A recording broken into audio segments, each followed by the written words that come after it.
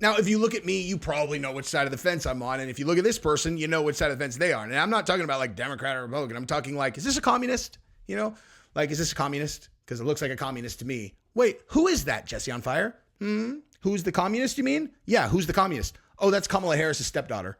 No, it's not. Yeah, it is. Yeah, it is. All right, so we got a bunch to talk about in this video, and I am going to tell you exactly what. We're going to talk about a policy recommendation, not recommendation, just straight up Kamala Harris is like, this is what we're going to do right when I get into office. And it is so ridiculous. It's would collapse the economy immediately, and I will tell you exactly why, and I will make it understandable for a person who just graduated kindergarten, okay?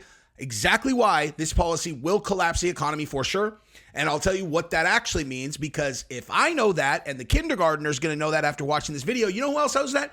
Kamala Harris. And everybody in her campaign knows this also, which means they have no possible plan to actually implement this, which means they are lying. They are going out and publicly lying. They're like, oh yeah, you know, here's exactly what we're going to do. And they know they're not going to do that. That on its own should disqualify them from a serious candidate that you would be like, yeah, I might give him a vote. You know, if you know that not that they planned on doing something, but then failed to implement it, that they knew from the very beginning was an outright lie. Okay. Because that is exactly what this is.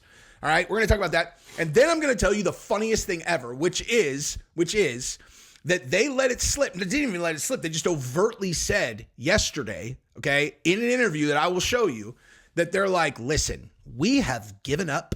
We've given up on getting any men that have any balls at all. We're looking for the guys with no balls. We want the guys that still drink out of a bottle that their mommy feeds them. They wake up in the morning, they go, Mom,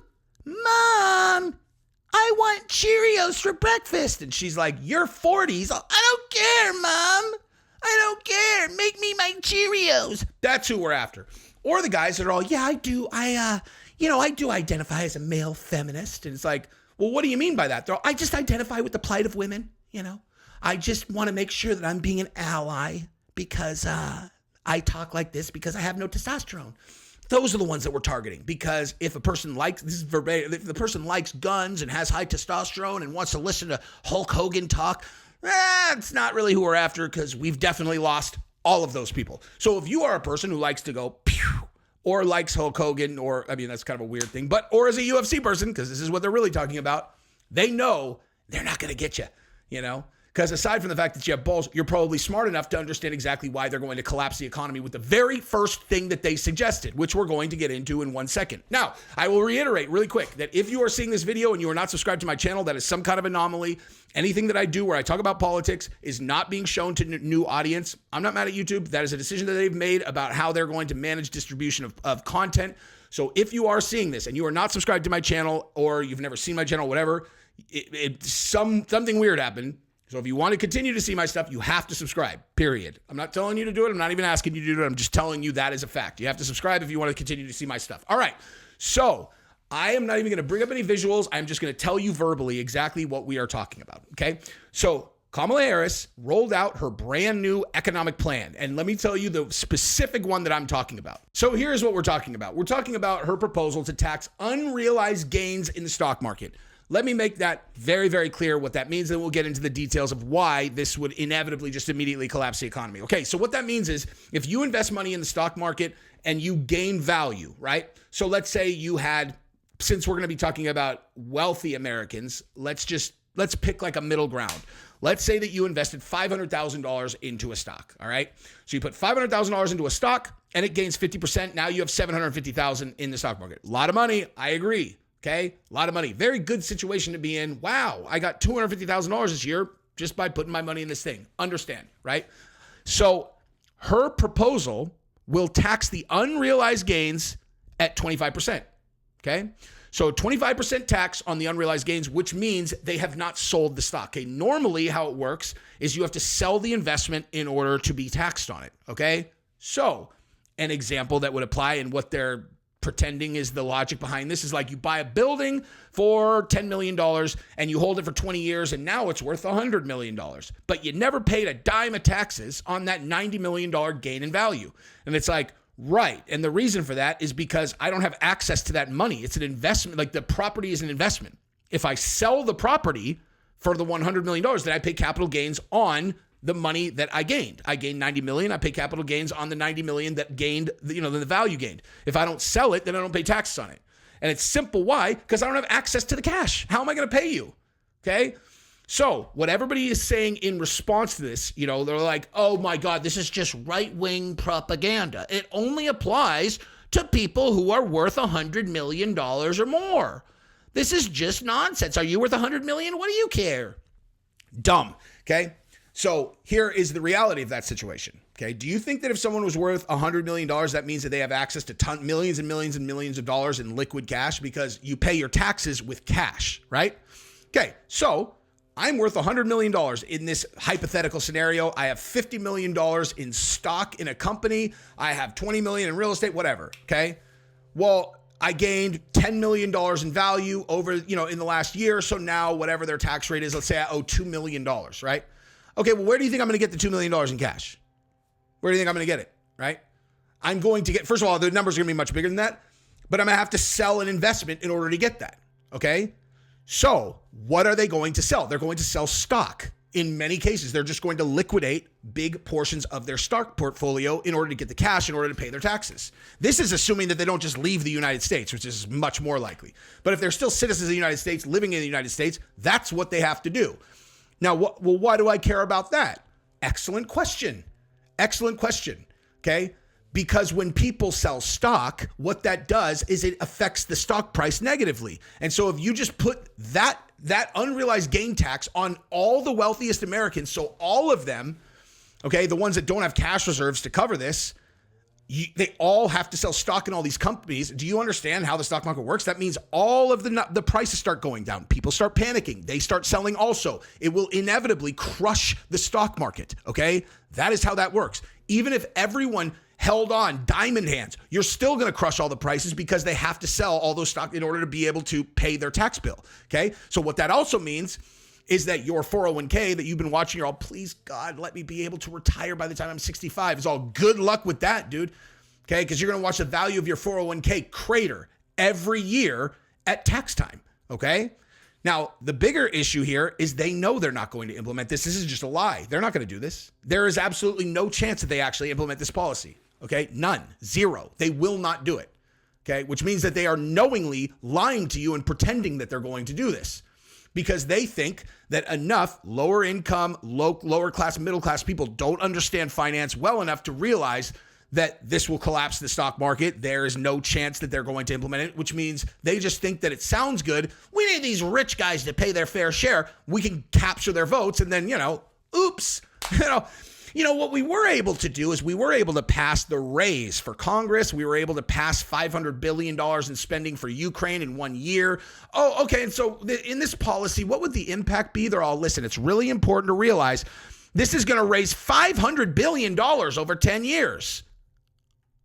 $500 billion over 10 years. Hey, remember when that was a lot of money? Didn't we send $500 billion to Ukraine over like 18 months? So we're going to inevitably crush the economy in order to come up with a number where you just printed that and gave it to a foreign country in the form of aid and weapons, which they've raided and corruptly, you know what I mean? So they're lying to you. They are lying. They are not going to implement that. And if they do plan on implementing that, that's even worse, because that means they're both incompetent and stupid. They're stupid and take your pick, dude. Stupid and incompetent, or outright lying to you and pretending they're going to implement something that they're not. They did this with the student loans. We are definitely going to, we're just going to liquidate all these, not liquidate, we're going to forgive all of these student loans. Do you have student loan debt? I bet you do. They're looking at charts, and it's like, this is how many Americans are being crushed by student loan debt. And they're like, let's get all of them. How do we do that? Just pretend we're going to forgive it, dude. Pretend we're going to forgive it. The people that are drowning in student loan debt, let's just tell them we're going to forgive it. Well, are we going to? Fuck no, man. No way. Of course not. You think we're going to, come on.